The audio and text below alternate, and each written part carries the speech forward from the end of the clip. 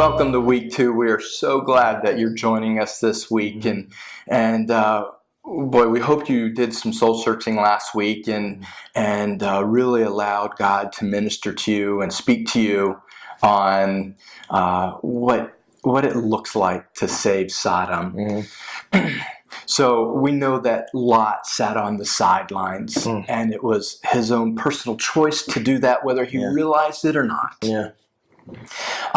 And there were terrible consequences for him sitting on the sidelines. Well, as we talked before, as I think about Lot, I see myself in him, but not in a good way, right? So here's Lot, and maybe for him it was, I don't know if I'm qualified to speak into the life of those around me. I don't know if I'm able. I don't know if I'm eloquent enough. I don't know, you fill in the blank. And I know myself, has thought to myself, you know what?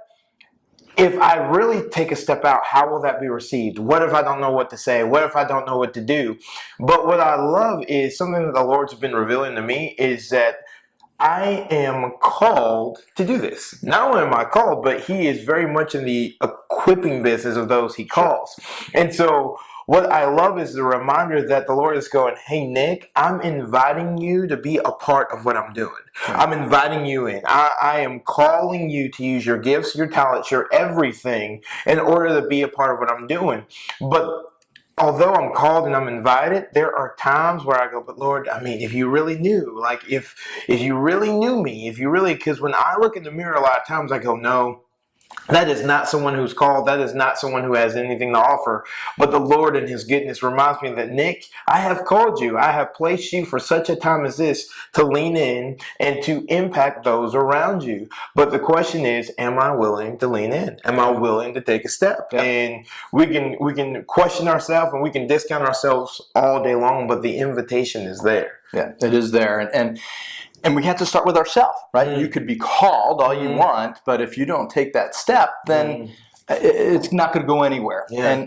And boy, we know that probably the hardest thing for most of you this week is going to be the self-reflection and looking inside yourself and deciding to take that step. How many people do New Year's resolutions? Right? I'm going to lose weight. I got 20 pounds I got to drop. I'm going to go to the gym every day. And guess what? How many really last 5 days, 6 days? And so for many of you, this may actually be the toughest week of the series because it's looking at yourself. Yeah. Right? It's looking at yourself. And here's the deal too. A lot of times when we make that resolution and we fail, we go, well, I guess I can't get back up. I guess I just am meant to stay here in the dumps where I am. But here's what I love is that the Lord always invites you to get back up, and He's in the midst of our mess, right? And so it's that thing of, okay, so you ate the burger, you shouldn't eat the burger. It's okay. Get up and then choose the salad the next time. Just in your life, if you choose, you know what, I failed, I'm looking at my flaws, I'm not going to look at what He's called me to. Get up and take a step again, because the invitation is always open. No, absolutely, absolutely. It's a good time to ask, what kind of legacy do I want to leave? Right? Do I want to leave a legacy and being remembered by someone who lived just for the now, or do I want to be known for someone who's living for eternity? Wow! And so, living for eternity means that I've got to make sure that I put my faith into action. Yeah. Right. We can break away from our fear of man. Okay. We can break out of our isolation.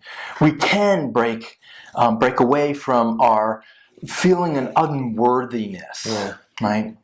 We can break away from those things that are keeping us from going out there and sharing ourselves with the world. And I think that's what this week is all about, is looking at ourselves and asking God to forgive us. Because we know He will. Yeah. Right? And we know that we don't have to do this on our own. So you're telling me, so if we're sitting there and we hear it sounds so good. So you're telling me to take a step. So I guess the first step is recognize that I can take a step. I have been called, that the Lord has invited me to take a step. The second kind of step, I guess, is saying, Lord, I need you to be my feet. I need you to be my strength. I need you to be my courage.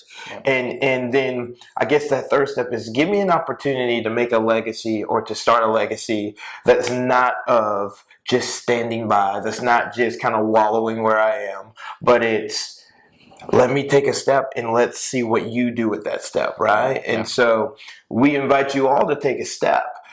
No matter where you are, no matter what you've done, no matter the burdens you feel like you're bearing, just know that the Lord wants to use you, that the Lord wants to allow you to leave a legacy that lasts far longer than you and I both. But it's His legacy, and so it lasts for eternity. And so why not take a step and accept the invitation that the Lord has given us all to leave a legacy that reflects Him well? And by doing that, you'll be on the first step of the journey for saving Sodom.